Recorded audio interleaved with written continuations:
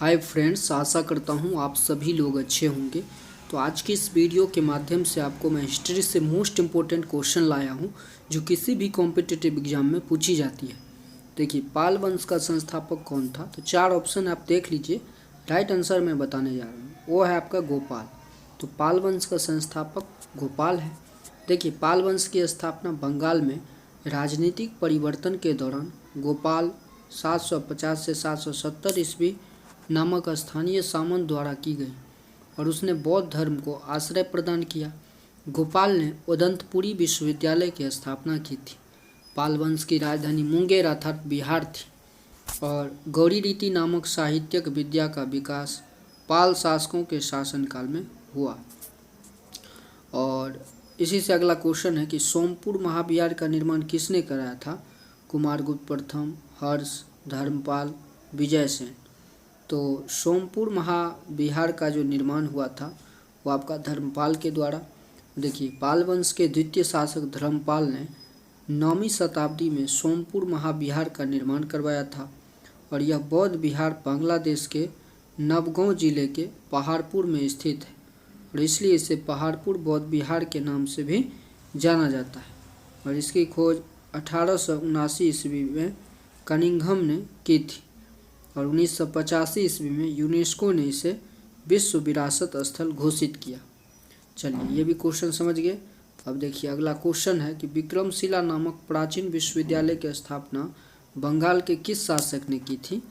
तो वो है आपका धर्मपाल। 4 ऑप्शन में धर्मपाल राइट आंसर है।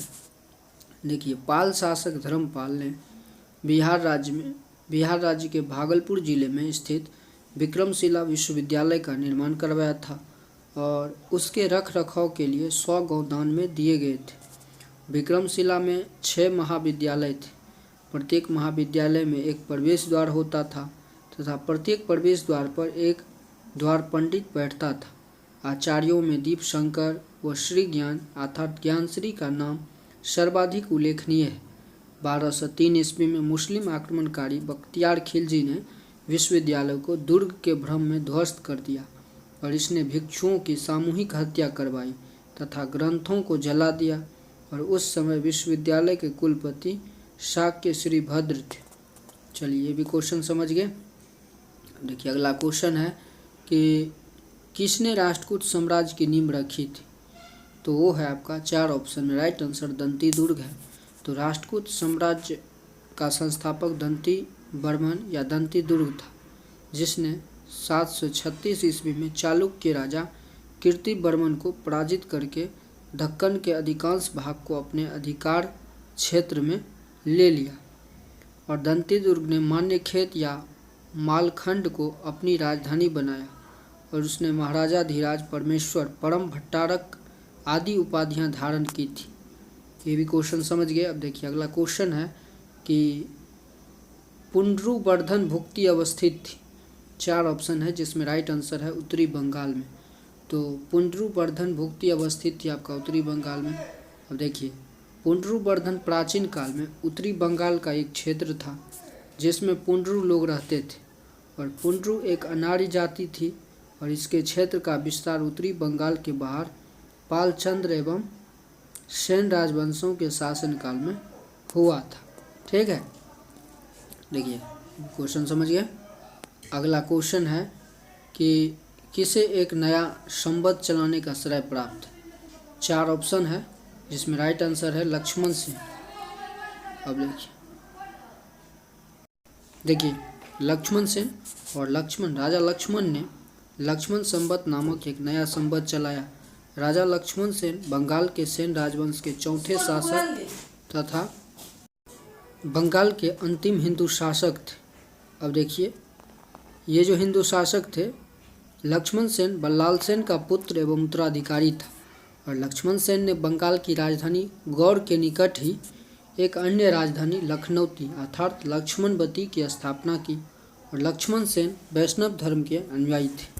चलिए, ये भी क्वेश्चन समझ गए। अब देखिए, मैं आगे क्वेश्चन समझाने जा रहा हूँ। अगला क्वेश्चन है कि ताम्रपत्र लेख दर्शाते हैं कि प्राचीन काल में बिहार के राजाओं का संपर्क था बर्मा से, थाईलैंड से, कंबोडिया से जावा सुमंत्रा से। राइट आंसर है आपका जावा सुमंत्रा से। अब देखिए, देवपाल बौद्ध धर्म का एक महान संरक्षक था। नालंदा से प्राप्त एक ताम्रपत्र अभिलेख से यह पता चलता है कि देवपाल ने जावा तथा सुमत्रा के राजा बालपुत्र देव द्वारा बनवाए गए बौद्ध विहार के अनुरक्षण के लिए 5 ग्राम अनुदान में प्रदान किए। और प्राचीन भारत के लोग जावा को सुवर्ण द्वीप कहते थे। धर्मपाल का पुत्र एवं उत्तराधिकारी देवपाल 810 ईस्वी में पाल वंश की गद्दी पर बैठा और इसने मुंगेर को अपनी राजधानी बनाया। अगला क्वेश्चन है, गीत गोविंद के रचयिता कौन थे? देखिए, गीत गोविंद के रचयिता आपका जयदेव थे और संस्कृत भाषा के महाकवि जयदेव बंगाल के शासक लक्ष्मण सेन 1178 से 1205 ईस्वी के दरबारी कवि थे और इन्होंने राधा कृष्णन के प्रणय पर आधारित गीत गोविंद की रचना की, जो संगीत प्रधान ग्रंथ है। और इनकी अन्य रचना रति मंजरी थी। लक्ष्मण सेन के राज दरबार में पवन दूतम के लेखक धोई भी रहते थे। चलिए, ये भी क्वेश्चन समझ गए। अगला क्वेश्चन आप समझिए। देखिए, अगला क्वेश्चन है, हम्मीर महाकाव्य में चौहानों को बताया गया है चंद्रवंशी, ब्राह्मण, यदुवंशी, सूर्यवंशी। तो इसका जो राइट आंसर है वो है आपका सूर्यवंशी।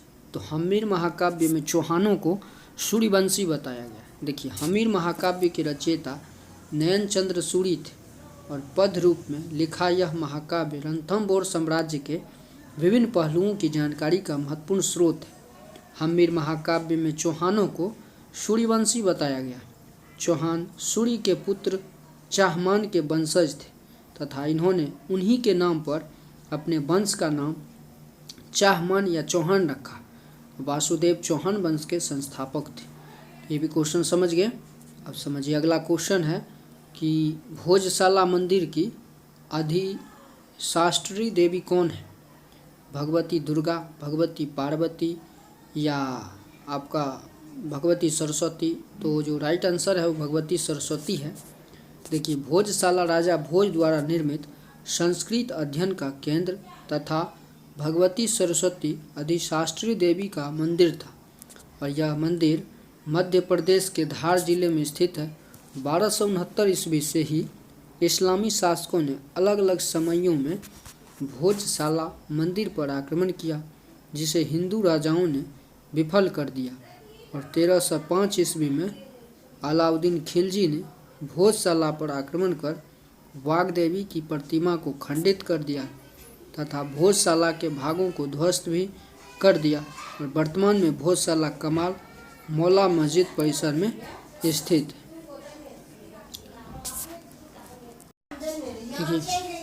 इस टाइप से। तो देखिए दोस्तों, अगला जो क्वेश्चन है वो है, गौड़बाहु के रचयिता कौन थे?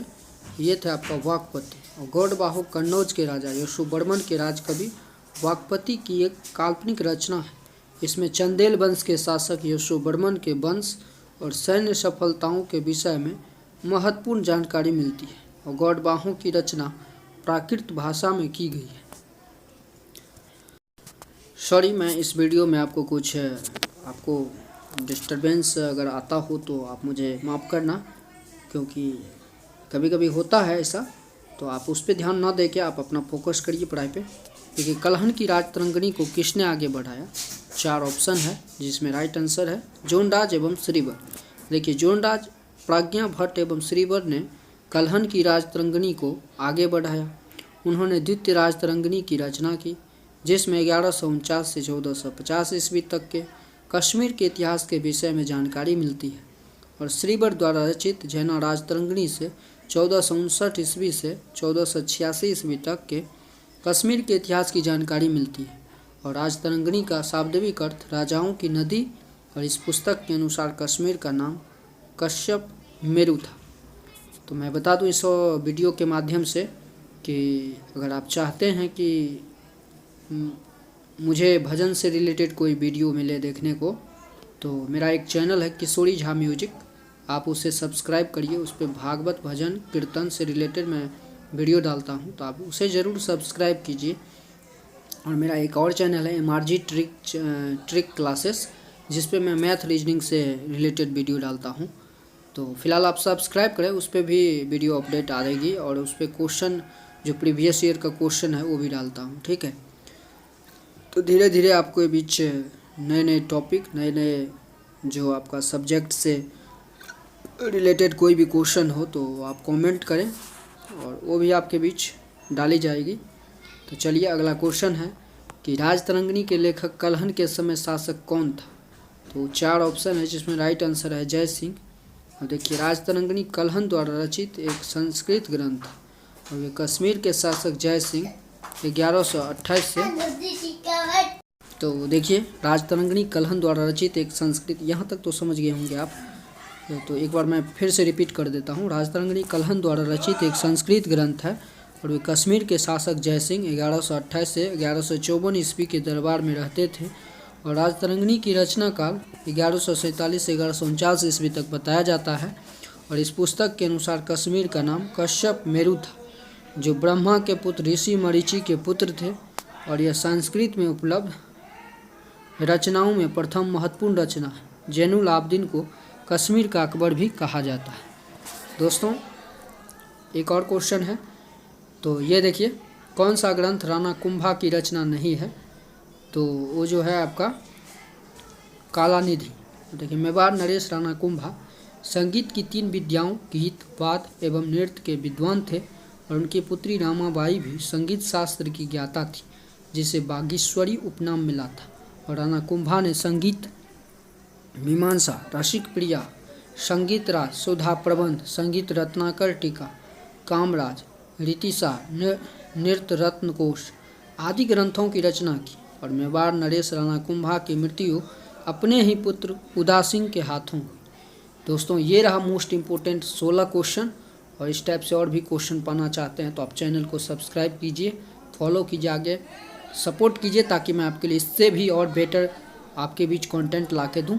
वीडियो देखने के लिए आपका बहुत बहुत धन्यवाद।